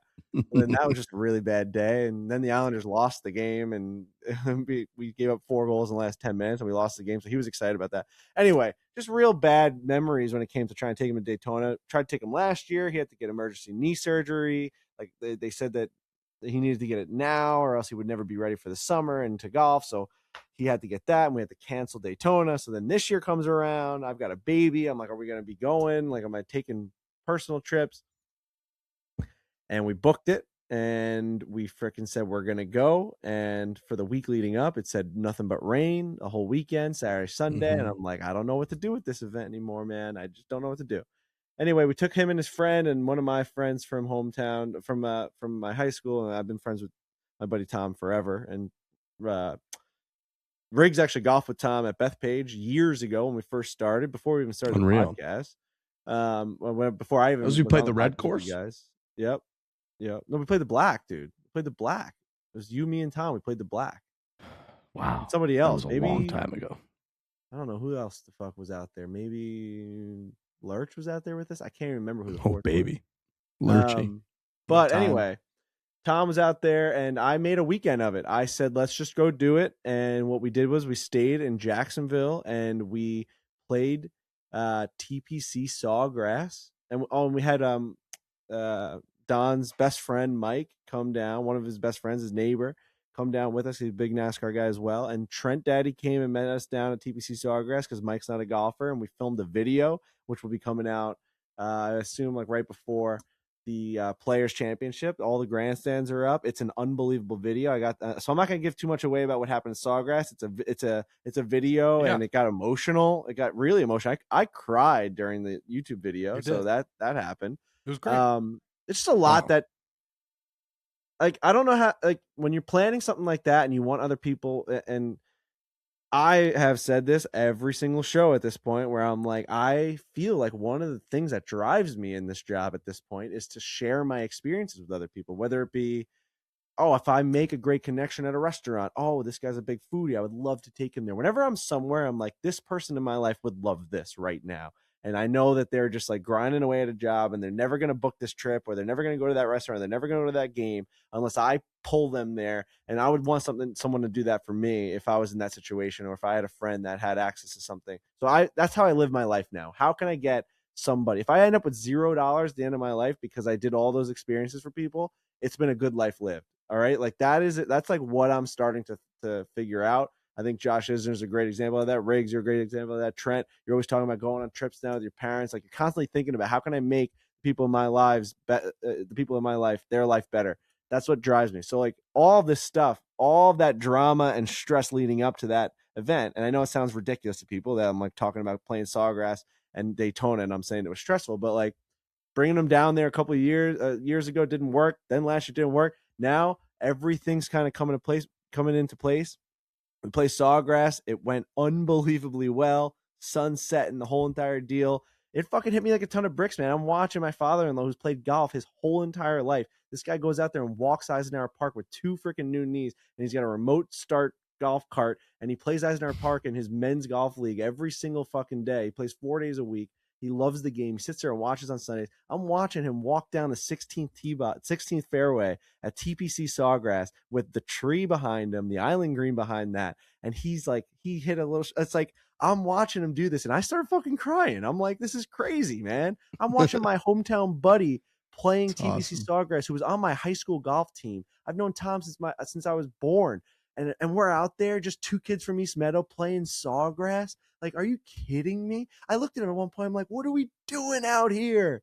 We were playing with Coach Reynolds at Eisenhower Blue. I was hopping fences. Like, what are we doing out here? This is Sawgrass. This is insane. So that all got to me. And then the next day, the fucking app on the phone went from rain at 3:00, which this race was supposed to start at 3. They moved it up to like 1:30 to like no rain at all. And we get to Daytona, and the drive from Jacksonville to Daytona was unbelievably easy. Everyone's like, you got to get there early. I call Large, who's got Rubbing His Racing podcast with Spider. He's like, don't get to my hotel until 10:30. You don't have to wake up early. I'm telling you, we're going to get right in. We're going to do the whole thing. I got passes for you guys. Large made this day so special for us. He was our chef. I told Large, our day is in your hands. And when you tell someone like Large that, Barstool Large, at one point, Large, as my father-in-law stepped over the barricade to step onto the track at the Daytona 500 with the sun beaming down and all the sky opened up and it was all blue skies. Large said, fellas, welcome to the Daytona 500, the great American race. That's what he said out loud to people. As they're like, he was a tour guide. Like, and I got the chills. I mean, someone get me a coat. It's chilly in here, man. Like I was freaking, I was crying again. It was crazy. And so yeah, we go to the Daytona 500. John Gruden's there, the whole entire Marshawn Lynch.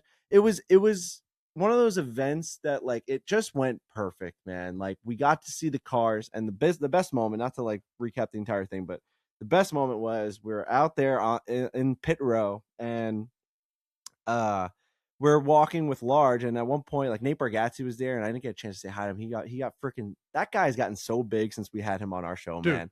He said, gentlemen, start your engines. And then they whipped him away into a car and like he flew off in a freaking jet plane. I was like, holy dude, you might as well have tried to say hello to the president at this point. That guy is, he deserves it. He's one of the funniest people on planet Earth, but he is next level famous now. Oh my God. It was unbelievable to see. I'm like so happy for that guy. People were grabbing him. He's awesome. I was standing there. Like, I just didn't want to say hi to him because like, I didn't want to be embarrassed if he didn't recognize me. I mean, it's been so, he's so damn famous now.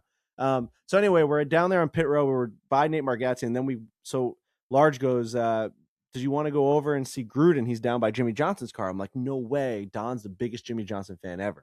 And I spelled Jimmy Johnson's name wrong when I tweeted it, and people have not been happy with it. I wrote Y. It's an IE. He's an IE Jimmy guy, and I just got to be better at that when I'm firing off drunk tweets at NASCAR and I'm doing all American stuff. I got to be better. I got to write MMIE instead of MMY. Got to be better. And I'm like, dude, Don's a huge Jimmy Johnson fan. He's got a cup with Jimmy Johnson's old number on it. He drinks a Jimmy Johnson cup. He drinks his drink out of a Jimmy Johnson cup when he watches NASCAR. We got to go meet this guy. So we go over to the car. It's chaos. As we're walking there, Marshawn Lynch comes over. Don's buddy Mike tries to go say hi to Marshawn Lynch. Marshawn Lynch's bodyguard gives him a nice shove to the chin. No, a little palm to the chin will send you into a little tizzy. Unbelievable. Not right now. It's like, oh my God. Marshawn, no. Not Marshawn, it was this guy. Yeah. So that happened. Now we're on our way to Jimmy Johnson. John Daly was standing right there. I'm like, is that fucking John Daly? And I go up to him. I said, John Daly, Frankie Borelli, Barstool Sports. We've got the golf show. I said, you're an inspiration for what we do, and you're like the reason why we're all able to do something like this. Like you brought. And I'm giving him a whole spiel. He's just sitting there, kind of just nodding his head at me. I mean, he's also Kid Rock to his right, and like everyone's just kind of sitting there. It's just like the most outrageous thing of all time. We're all just in this circle, and I took a photo with me and says, all right, sounds pretty good to me. And I didn't hear a word I said. It was so loud. But it was a weird John Daly interaction for sure. Got my photo with him and got the hell out of there. I can feel it, dude. I can feel it. We came to a screeching halt when we got to the John Daly interaction. Yeah, even the Marshawn Lynch thing was like, oh, that's kind of crazy. And then you were like, I met John Daly, and it was like, what the fuck happened? Well, I gave my little spiel, and it kind of just ended right there. You know what I mean? He was holding like some sort of, I hope it was a John Daly in a little cup, but he just, I don't know if he may have not heard a word I said. Like he kind of it just fell on deaf ears. Loud place for sure. Those events are loud for sure. No yeah. So it was, definitely a humbling experience for sure. Like he just kind of looked right through me and said, "You want to snap that son of a gun." So then we make our way over to the other side of the cars, and this is where Gruden is. So Gruden recognized me, thank God, because we've done our videos with Gruden. He's one of our coworkers. Frankie, get over here, you bastard! Just fucking John Gruden, man. You just believe this place, man. I'm looking at this car, man. These guys are gonna go freaking fast, man. They're going fast and left. This is crazy, man. You imagine getting one of these things? I'm like, holy smokes, John Gruden. Meet my father-in-law, huge football guy. Don goes up to him. Hey coach, you want that New York job? You want to come coach some Giants one of these days? I know we got a good coach, but come on that 7. Oh no, I like my weather in Florida, man. I'm not going up there in New York. It's like he's just like he's shooting the shit. My buddy Tom does a green 80 with him on selfie video. It's like, and he's got a green 80. He's screaming into the camera. It's just like John Gruden's in the mix now. He's the man. All this is happening. He is the man. I'm like, Gruden, can you take a photo with my father-in-law? Come on over here, Don. He remembers his name. Come on over here, Don. Let's get a photo in front of these damn cars. Got his hands all over him. I can picture it. Sets up the photo, right? Gets up. So then, that's happening, Large, who's my heaven that has been sent, my angel that's been sent down from heaven, is talking to Jimmy Johnson, and the way Large does it with his hands, he's like this, like kind of pointing at, hey Jimmy, you mind saying hi to my friend Don here? Big fan, biggest fan in the world. And what happens, and Large says this in the video afterwards, Don gave Large a 1 second. Like he gave him hold on, I'm doing something with I'm doing something with Gruden right now. So Don didn't know what was happening. He's taking a photo with Gruden. So then Large just sends Jimmy Johnson into the photo, and now Don's like, I got Jimmy. So freaking Jimmy Johnson goes up to Don, shakes his hand, goes, hey, how's it going, Jimmy Johnson? And then he shakes Gruden's hand. They all take a photo. I take a photo with them. Tears rolling down my eye. I'm like, this is all just coming into place. Like all the pieces are falling into place. So he got to meet, his favorite driver and all these old time drivers that Don knew, and he's shaking all their hands. And it just really, Large, I cannot say thank you enough to him and his family, his wife, his daughter was there. The nicest people on planet Earth. Him and Spider were just so big for us. Then the flyover was absolutely preposterous. So everyone knows the flyover is coming. It's like the most American event of all time. You have 150,000 people at Daytona 500 in the stands and 200,000 people on the infield. You have 350,000 people screaming for just like engines racing, running around this track, and just good old American fun. And that those Thunderbirds or the Blue Angels, whichever one it ends up being, it was the Thunderbirds this time, are going to fly over that track and they're going to make an entrance, right? So they sing the national anthem, and all of a sudden these freaking Thunderbirds fly and they buzzed the tower, right? Like it was low. I watched the video, man. I've been lucky enough to see a couple flyovers like at Iowa football games, and they buzz the tower. And buzzing the tower isn't even the correct description for what you saw, because those boys are low.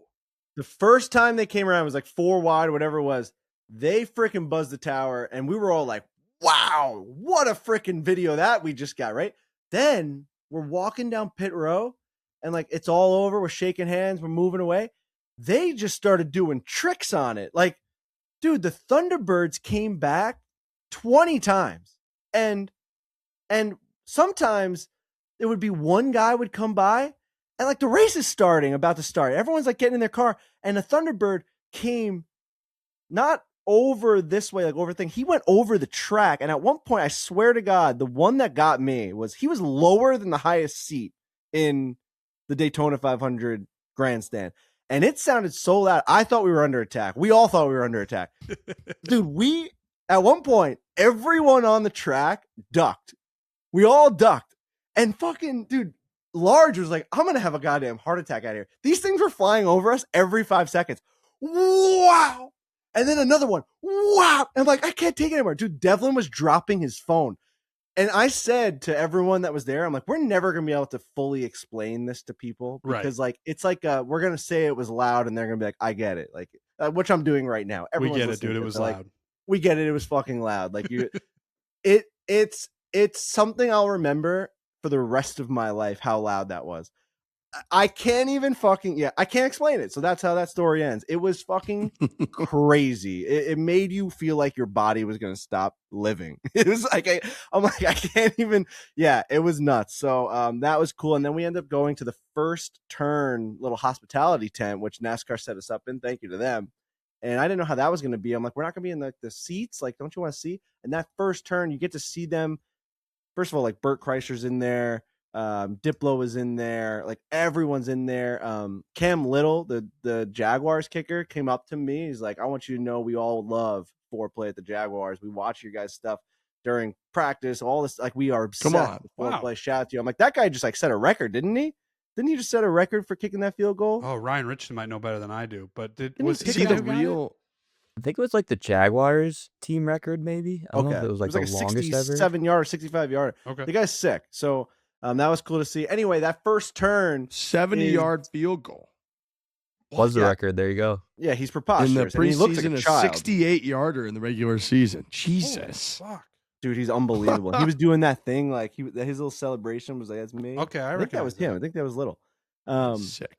Really, really nice guy. Anyway, that's just to paint the picture of like the kind of place at large like ended up getting us in. Like it was just really, really incredible experience. And for Don, for that to be his first experience seeing the Daytona 500 and the way that it ended. I don't know if this came across your guys' desk. Like sometimes events will transcend. Like I felt like you didn't have to be a NASCAR fan to think that was the coolest NASCAR race because of the way that it ended. There was a massive crash everywhere around the track, and then like one guy, Tyler Reddick, just like came out of the smoke and he won the Daytona 500. Whoa. He was in like 9th place, and then everything just exploded around us, and one guy came out like out of a movie, and he just won the Daytona. It was unbelievable. And all those crashes happened right on our turn, and it was like the crash happened and they ended up like sliding off the track, so then they kept it going. Usually a crash would like have a caution flag, but it was the last lap. So like you hear everyone screaming like they're keeping the checkered flag out, and like to all these craziness is happening. And then one guy, and then as they're about to cross over, another wreck happens and he makes it through. So it was really, really fun. It all happened right in front of us, loud, so loud. We were on the track on that bend, but just a really great day. So I'm very, very thankful that it all worked out. Tough travel back the next day, which was this morning. I just got back right before we started the podcast.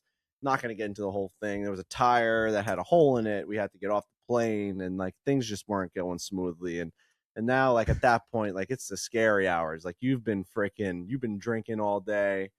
You're like, oh man, 4 a.m. wake up after the 500. There's holes in tires. We don't want to hear any of that. Never good when you're on a plane or you're at the airport in general, and they're like, we're looking for a tire. We're trying to find a tire to get us out of here. It's like, that's a fucking nightmare. Pilot got on the microphone, goes, I don't want to shoot the shit with you guys right now. He's like, we're looking for a tire. He goes, and he also said, he got real emotional. He goes, you guys are not worth us taking a risk. He goes, that tire's not worth risking your guys' lives out there. He's like, we're not going to push it. We're just going to replace it. We found a leak. And like, I mean, when he said that, he put everything into perspective. We're like, you know what? Go find that fucking tire. Like, things got a little bit crazy here. So we got home, trip of a lifetime. Mike and Don and my buddy Tom, who's now like the biggest NASCAR fan ever. As you guys know, when you go to one of those events, it's like, this is it. I want to come to every single one for the rest of my life. NASCAR is the coolest thing ever when you're at the Daytona 500. So yeah, I would say it's a success. And now, like, what's the next thing now? I got to figure out what's the next thing. Where am I taking somebody? Where are we going? So I want that high. I never want that high to stop. Well done. I love it. You got to have it. Gives you something to look forward to. Well done. Yep. Very, very well done. That sounds like a perfect weekend. All right. What a show, man. What a show today. You know, I love when there's stuff to really dig into and talk about. And god damn, did a few different people in the world of golf deliver that for us. So anybody have anything else? Anything I forgot? I don't think so. I mean, we got that Biz video coming out this week, which I know we'll talk about on Thursday's show, but I don't know if we're really releasing that Wednesday or Thursday. So if we don't, make sure you go check that out. If we don't have the podcast before that comes out, make sure you go check that out on Wednesday. That is, I think, going to be one of our best little games that we've come out with Paul Bissonnette. Paul Missed the Net was Trent Ryan's partner, and we did an unbelievable new game that we called Busy Balls. And I think we're gonna have to copyright this name of this game because it's got legs, man. This game absolutely has legs, and it's so much fun. So I can't wait for everyone to see that one. But I mean, Trent, you could speak to how good Biz was as your partner. It was just a great video. Well, yeah, I mean, anybody who has watched any Spit and Chicklets content or watched Biz on TNT or whatever knows that he brings the energy, and he's like one of the funniest guys to hang out with. And yeah, teaming up with him, going up against Frankie, we said to him afterwards, we're like, I don't know, we're going to need you once a month to film a video. Yeah, we need to keep doing that. We're just going to need you once a month. So I don't know what your commitments are. I know you're a busy guy. You're all over the place. You're all over TV. You're all over Spit and Chicklets. But it was so much fun, and I really can't wait for people to see it. We played the Champions Course, TPC, while the Waste Management was going on. It was a very strange setting, but we had a fucking awesome time. So here was the premise of the video. It was Trent and Biz as a scramble versus myself. And what I instituted as like kind of my side of the deal was I think that them as a scramble is just going to murder me unless we have some sort of caveat, because like Trent in the last Breaking 85 video, not to spoil anything, but like he shot like an 87 and should have shot like an 83 if he just started better. Like the guy's been playing great golf. He doesn't miss a fairway. Biz also, you saw in the Internet Invitational, can still hit the golf ball. I mean, it's not like he doesn't have arms and legs. So like I'm just thinking to myself, all right, on the greens, they're going to both putt better than they've ever putt because now they have a scramble. And like I'm not playing particularly well. If I shoot an 85, I'm going to get murdered out here. So I said I get 6 busy balls, which essentially means prior to them both stepping up to the ball, I decide you have to use Biz's shot here. So Trent doesn't get to shoot, whether it be on the putting green or he doesn't, or a tee shot or anything. I say this has to be Biz's ball, and I strategically would use those. Whether I was down one hole and I'm like, oh, I want to use this on the tee, or if I thought that he was going to miss a 3-footer, I'm like, busy ball. And then we had a bunch of negotiations throughout the entire round regarding how many busy balls I could use. Maybe I would get a mulligan in exchange for busy balls, stuff like that. Like there was GMing going on and trades and conversations. And like, I would make a trade with them and they'd run off being like, we just totally fleeced them. This is the worst trade ever. And then me firing back a trade being like, all right, I'm going to do this. And then it was so much fun. So I hope people enjoy that. And hopefully we don't get like that YouTube video suppressed, because sometimes that's been happening to us recently. Go check it out, comment, like, do the whole deal. Just had to plug that because it's real good. Yep. Amazing. Make sure you check that out on YouTube. And then again, don't be afraid to watch our podcasts, today's show and Thursday's show on YouTube as well. Ryan Richard does a great job of presenting the entire show for a visual consumption. So YouTube means a lot to us. We appreciate it. Otherwise, amazing weekend in the world of golf. Glad we were able to kind of comb through all of it. Just awesome, very inspirational. Congratulations to Anthony Kim, to Collin Morikawa. Glad Frankie had a phenomenal weekend. Great show. And we'll be back Thursday. Hit it hard. Hit it hard. Hit it hard.